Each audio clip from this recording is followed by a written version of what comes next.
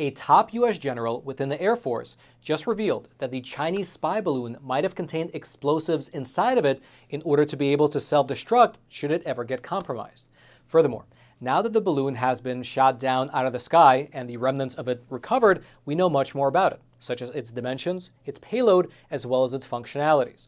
Although, to be frank, what you and me, the common plebes, get to know is very likely a tiny fraction of what the government knows, and we only know whatever they're willing to tell us.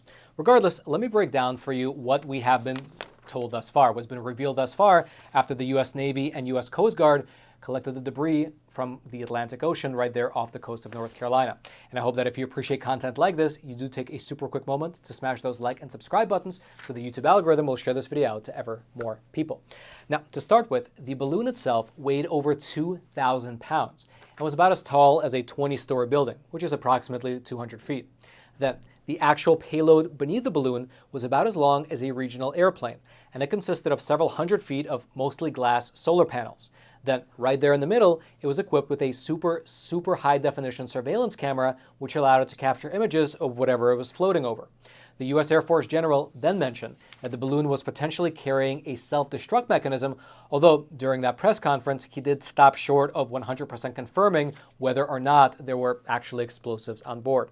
Furthermore, the Chinese balloon also had several antennas with priority sensors on them, which allowed it to intercept communication signals in the areas that it was flying over.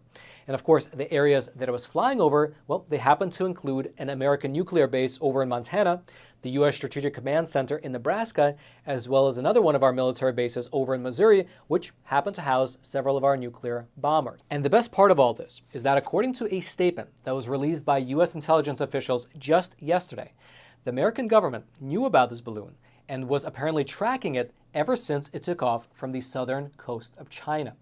Let me repeat that.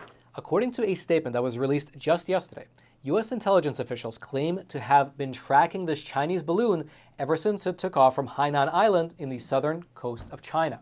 Then, in that same statement, the U.S. officials went on to say that they were tracking the balloon as it was going eastwards towards Guam and Hawaii before it suddenly made an unexpected move north towards Alaska.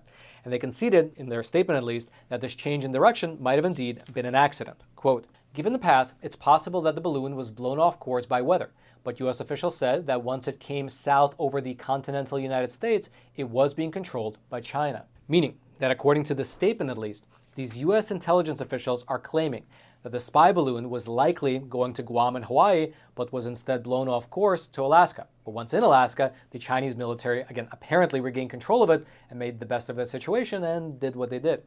However, I believe it's important to view this type of statement from the U.S. government critically, with a healthy dose of skepticism.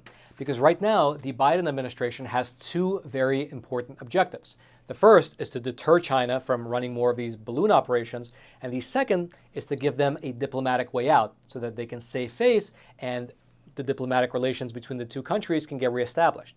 And so, a statement from unnamed U.S. officials, which happens to align perfectly with these two goals, should be viewed skeptically. Because their statement is essentially claiming that, for one, we knew all along about this balloon because our surveillance capabilities are so great, and therefore there's no way that China can fly one of these balloons without us knowing. And secondly, that it might have indeed blown off course by the weather, which would align perfectly with what the Chinese regime has been saying all along. Now, this might all be true. However, it might also not be true, given how it's just so conveniently aligned with what the Biden administration is trying to achieve. Especially when you consider the fact that on the very same day that this U.S. intelligence statement was released, Kamala Harris was giving an interview to Politico where she said that the Chinese spy balloon episode should not impact U.S.-China relations. Quote, Kamala Harris said the recent U.S. downing of a Chinese surveillance balloon over American waters should not have an impact on diplomatic relations between the two global superpowers. She's then quoted as saying this, quote, "I don't think so. No. We see competition, but not conflict or confrontation." And so you can make up your own mind as to the veracity of this U.S. intelligence statement. However, I will mention this. If it's true that the U.S. knew about this balloon well before it reached Alaska, well, that really only opens up a lot more questions. For one, why didn't they do anything about it? Secondly, why did they not inform their Canadian counterparts, who apparently had no idea what was going on? What would have happened if no one in Montana saw the balloon in the sky? Would the U.S. government just keep the whole thing under wraps and not tell anyone about it? And then lastly, if we knew about this balloon all along, and if even further, we knew about the Chinese Communist Party's balloon program for several years now, why is it that the Biden administration is only taking action now?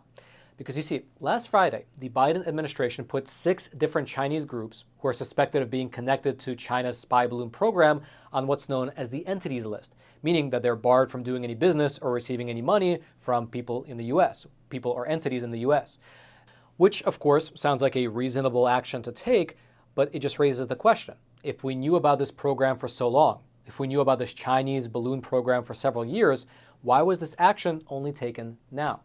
Of course, I don't speculate about these things, but I think it's a good question to ask. And to me, it brings to mind the old adage of the tail wagging the dog. Does the media in this country report on what the government does, or does the government do whatever it is that the media decides to highlight? And frankly, in this case, it seems to be the latter, that because this incident became national news, the Biden administration had to take action. But again, that's just pure speculation on my part. You can make your own decision on what actually happened here. Regardless, after shooting down the Chinese spy balloon off the coast of North Carolina, suddenly there seems to be an endless number of other objects that the Air Force has been shooting out of the sky. For instance, last Friday, they shot down something that was as big as a car flying over the northeastern part of Alaska. Then, the very next day, the U.S. Air Force flew into Canada to shoot down another unidentified object flying over the Yukon Territory. That target so far has only been described as a small cylindrical object. Then, the very next day, which was Super Bowl Sunday, the U.S. Air Force once again scrambled their jets to shoot down a 4th octagonal object over the Great Lakes in the state of Michigan, specifically over Lake Huron. That means that within the span of 8 days, the U.S. Air Force shot down 4 different targets, 1 balloon, and 3 other objects which are yet to be identified. And they remain unidentified to this very day.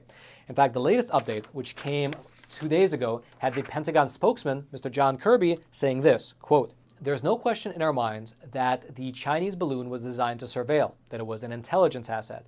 We knew exactly what that thing was. These other 3 didn't have propulsion, they weren't being maneuvered, they were basically being driven by the wind. We don't know for sure whether they had a surveillance aspect to them, but we can't rule it out." And so that's where we currently stand. No one knows exactly what these mystery objects were, but the legacy news outlets in this country now have something interesting to focus on, rather than covering, let's say, the giant chemical fire that's devastating the eastern part of Ohio. If you'd like to read my research notes for today's episode, I'll throw all those links down into the description box below. All right, just to pause here for a super quick moment, I wanted to mention that the sponsor for today's episode is a super cool company called Secure. And they're a cool company for people that actually care about their privacy.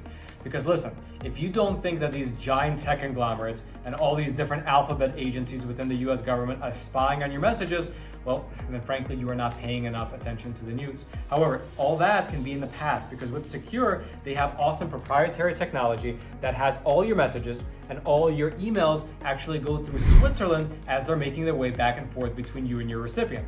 And so let's say you're here in America and the person you're messaging is over in Canada, Mexico, or anywhere else in the world. Well, it doesn't matter because all your messages are actually going through Switzerland back and forth from one to another, meaning that they are not subject to the Cloud Act and they are only subject to Swiss laws, which are some of the safest in the entire world. Their technology is awesome, it's proprietary, and they're a company that actually cares about your freedom. They care about getting the facts out, which is why they sponsor a company like ours. And best of all, they are offering a 25% off deal for our viewers, for the viewers of Facts Matter. So head on over to secure.com and use promo code Roman to get 25% off. And the rates are not even that expensive to start with. It's only $5 for the messenger and $10 for the email and messenger combo. And they even offer a 7-day free trial. So again, head on over to secure.com, use promo code Roman, save some money, and support an awesome sponsor. And then lastly, I'd love to know what you think. Is this whole thing a distraction from the real problems that this country is facing? Or do you think it's a net positive, since so many people have suddenly woken up to the threat that the Chinese Communist Party poses to us here in America? Please leave your thoughts in the comments section. I'll be reading them later tonight and well into the week.